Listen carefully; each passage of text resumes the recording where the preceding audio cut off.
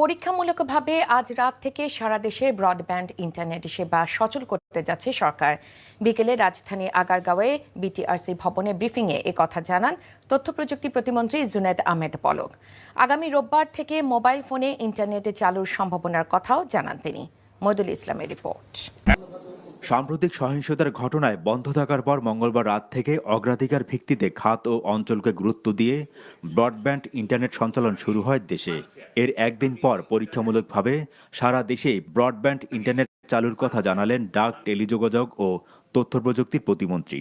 IIG এবং আমাদের submarine cable, BTRC সকলের সাথে আলোচনা করে আমরা এই সিদ্ধান্তে উপনীত হয়েছি যে সামগ্রিকভাবে আমাদের কর্মকাণ্ডকে স্বাভাবিক অবস্থায় ফিরিয়ে আনার জন্য আমরা আজকে রাত থেকে সারা দেশেই আমাদের ব্রডব্যান্ড কানেক্টিভিটি আমরা সম্প্রসারিত করার সিদ্ধান্ত গ্রহণ করেছি পরীক্ষামূলকভাবে। তিনি জানান, মোবাইল ফোনের 4G ইন্টারনেট চালুর বিষয়ে এখনও চূড়ান্ত কোনো সিদ্ধান্ত হয়নি। তবে মোবাইল ফোন অপারেটরদের সংগঠন এমটবের সাথে বৈঠক করে আগামী রবি বা সোমবার নাগাদ তা চালু করা হতে পারে বলেও জানান তিনি।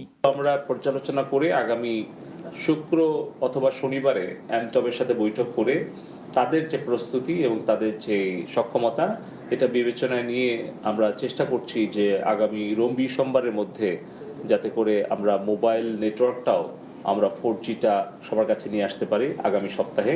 তার জন্য আমরা প্রচেষ্টা চালাচ্ছি। প্রতিমন্ত্রী আরও জানান, ফেসবুক, ইউটিউব সহ সামাজিক যোগাযোগ মাধ্যম কবে নাগাদ পুরোপুরি দেশের মানুষ ব্যবহার করতে পারবেন সে বিষয়ে ওইসব প্রতিষ্ঠানের সাথে আলোচনার ভিত্তিতে সিদ্ধান্ত নেওয়া হবে। মইদুল ইসলাম, এনটিভি নিউজ, ঢাকা।